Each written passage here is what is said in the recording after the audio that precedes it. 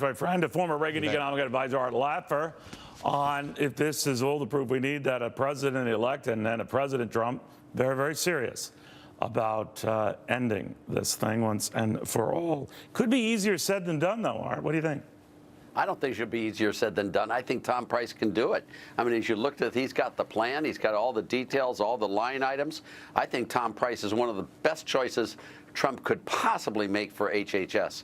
I love the man. I've worked with him for a lot of years. I did a fundraiser for him in Georgia not a year ago. He's one of the best congressmen in America, and in this position, he can really make a difference. You know what always comes up, Art, as I'm sure you've heard, and Democrats will raise this, liberals will raise this. Okay, fine. Then what are you going to do about the 20 million who are already getting coverage right now?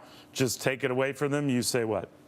Well, I say the taxes are the real problem here. And if you have people with insurance that are getting subsidized, I think health savings accounts and some of these other ways of doing it is better. But, you know, everyone talks about insurance, Neil, as being the right thing. I don't think insurance is everything for everyone. A lot of people shouldn't have insurance, or if we do, we should just have catastrophic insurance for really big item tickets. But you shouldn't be insured for your annual physical checkup for minor things. That's not where insurance should be. Insurance should be for literally insurable events that are really catastrophic. And other than that, I don't think insurance really is the right thing to do. You know what I always wonder about, too, Art? The cost of health care is always skyrocketing. With this plan, without this plan, it's a sad commentary maybe on the Affordable Care Act when they like to brag about the cost of overall health care, the rate of increase, the lowest it's been in whatever 11 years.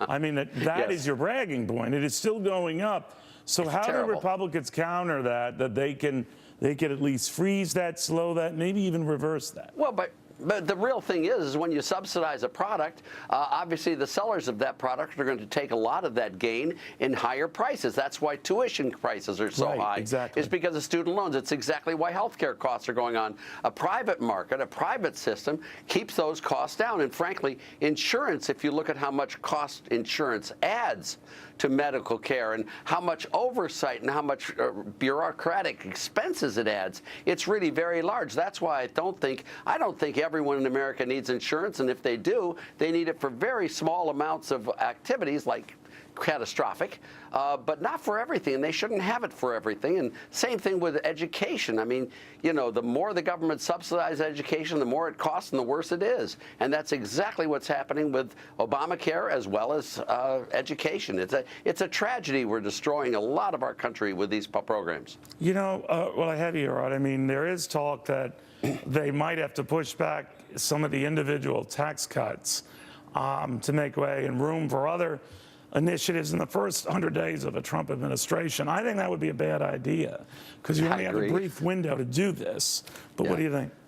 Yeah, I think it'd be a very bad idea. You know, there's nothing like slowing down the economy to make something affordable not. It makes no sense whatsoever. The problem with our country is that we need economic growth to be able to afford a lot of these programs, a lot of these things we want to do.